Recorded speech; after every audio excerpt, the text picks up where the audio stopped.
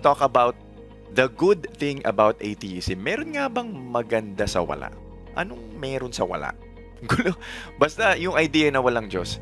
After ng video na to, kung atheist ka, sa tingin ko mas magiging proud ka na isa kang atheist sa tingin ko. At kung believer ka naman, mali mo, maging atheist ka after watching this video at imbis na sa church ka nagbibigay ng pera, ay baka sa akin na. Okay, joke lang. Definitions is important. I'm more of an agnostic atheist, meaning based on evidence given by religion so far, I'm not convinced that there is a God. Pero I'm not claiming 100% certainty. For me, ang maganda sa atheism is yung you are coming from a place of honesty and humility. Sa question na, is there a God? Because reality is, we don't know for sure. Opposite yan sa iniisip ng karamihan ng religious people na mayabang ang idea ng atheism. Actually, nasabihan na ako noon ng parang ganito. So sinasabi mo walang Diyos? Ang yabang mo naman. Ano, ikaw ang Diyos? Di ba ganun yung thinking ng karamihan sa mga believers?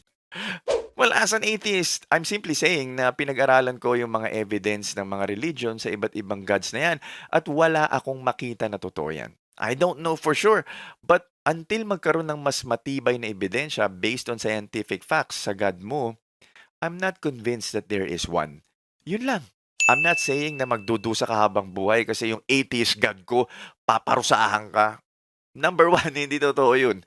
Number two, I'm not that arrogant to say na alam ko yung mangyayari sa'yo pag namatay ka. I don't even know that.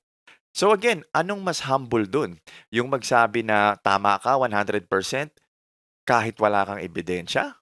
Or yung pag-admit na hindi mo alam kasi wala kang makitang matibay na ebidensya so far? So ang susunod na question ng mga theists or ng mga believers ay, Anong ebidensya pa bang kailangan mo about God? well, to be honest, ewan ko. Paano ako mag-iisip ng ebidensya about sa isang all-powerful, all-knowing creature na gumawa ng buong universe? Where do I even start? I don't know. Siguro magpakita siya? I mean, gumawa siya ng creatures na may mata, di ba? Sa Old Testament, nagpapakita daw at kinakausap daw directly ni God yung mga selected na tao noon. Why not now? Bakit hindi niya ginagawa yun ngayon? Hanggang kwento na lang ba yung deserve natin? Ewan ko. Pero how about this? How about consistency? Let's start with that. Kasi truth is true wherever you go. 1 plus 1 equals 2 kahit saan parte ng mundo ka pa magpunta. Alaska, Africa, Middle East, Philippines. Pag may isang apple, dinagdagan mo ng isa pang apple, 2 apple lagi ang resulta niyan, kahit saan ka magpunta. Sa religion.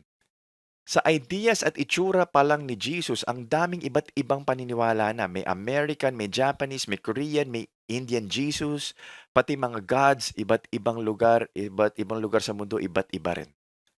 Bakit customizable yung Jesus at yung God? Depende sa culture, depende sa lugar. Hindi ba dapat ang isang all-powerful being would show up consistently everywhere?